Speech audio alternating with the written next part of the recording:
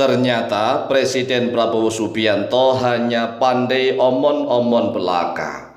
Tidak ada buktinya sama sekali. Buktinya justru rakyat Indonesia semakin hidup susah, sengsara, menderita. Rakyat Indonesia banyak yang tertimpa musibah, semakin miskin, semakin susah, sengsara, menderita. Bahkan banyak sekali pengusaha-pengusaha kecil yang gulung tikar karena kena imbas program efisiensi anggaran dari Presiden Prabowo Subianto, tetapi imbasnya tidak dinikmati oleh seluruh rakyat Indonesia.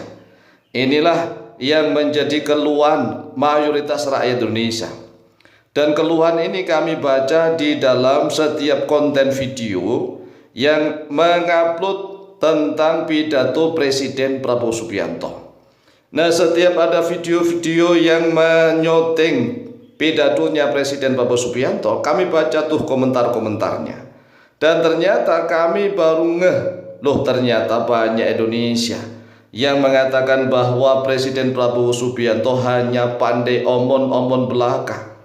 Buktinya sudah 1 tahun lebih menjadi Presiden Republik Indonesia, tetapi banyak sekali rakyat yang hidupnya tetap miskin, tetap susah, sengsara, dan menderita. Padahal seringkali pemerintahan Presiden Prabowo Subianto ini memamerkan kinerja dari aparat penegak hukum, menyita hasil korupsi sampai triliunan rupiah, dipamer-pamerkan. Bahkan kalau dihitung-hitung sudah ribuan triliun rupiah.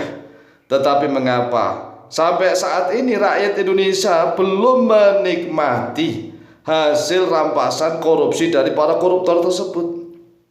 Nah, inilah yang menjadi kegelisahan, keresahan, protes dari rakyat Indonesia. Lalu bagaimana menurut Anda? Bagaimana menurut Anda, wahai para netizen rakyat Indonesia? Benarkah Presiden Prabowo Subianto ini dinilai oleh banyak orang hanya sebatas pandai omon-omon belaka, tidak ada buktinya sama sekali?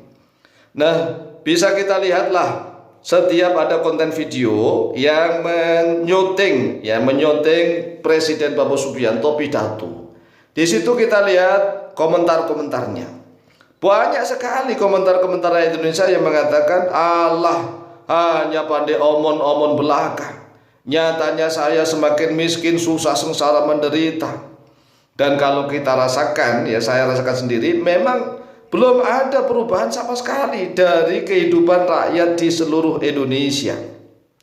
Nah, ketika mencalonkan diri sebagai capres-cawapres Prabowo Gibran, yang namanya capres-cawapres pasti rame rakyat Indonesia saling gontok-gontokan. Tapi ternyata setelah dipilih mati-matian, kemudian berhasil menjadi presiden dan wakil presiden Republik Indonesia. Nah, nyatanya sudah 1 tahun lebih, rakyat yang punya hutang masih tetap punya hutang.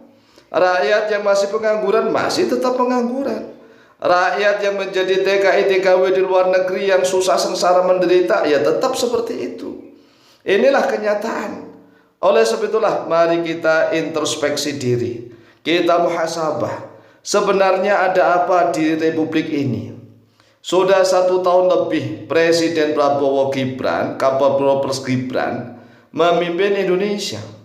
Namun kehidupan seluruh rakyat Indonesia tidak ada perubahan menjadi lebih baik sama sekali. Bahkan ya, semakin banyak rakyat yang tertimpa musibah seperti di Aceh, Sumatera Utara, Sumatera Barat yang penanganannya sangat lambat sekali.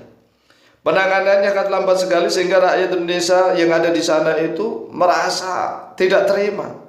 Sangat lambat sekali. Jadi rakyat itu kena korban bencana, banyak yang sakit menjadi korban itu setelah bencana justru. Setelah bencana karena penanganannya lambat sehingga banyak sekali yang protes. Nah, belum lagi di Jawa, contoh lagi ini ya, ada di Tegal, Pemandian Guci, itu Gunung Slamet juga sudah hancur. Kemudian belum lagi Semeru, Jawa Timur, Malang, dan Lumajang. Sebenarnya kalau kita lihat dari kerusakan alam ini, Presiden Prabowo Subianto itu hanya menikmati kerusakannya. Tetapi jangan lupa bahwa Sebenarnya Presiden Prabowo Subianto sendiri juga ikut andil membuka lahan-lahan mulai dari Aceh sampai Kalimantan.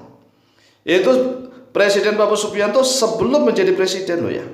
Sebelum beliau menjadi presiden. Nah, kalau bisa kita buka-bukaan nih, seluruh pejabat-pejabat tinggi negara, para petinggi-petinggi partai terutama yang memiliki perusahaan-perusahaan tambang, yang membuka hutan-hutan milik Indonesia.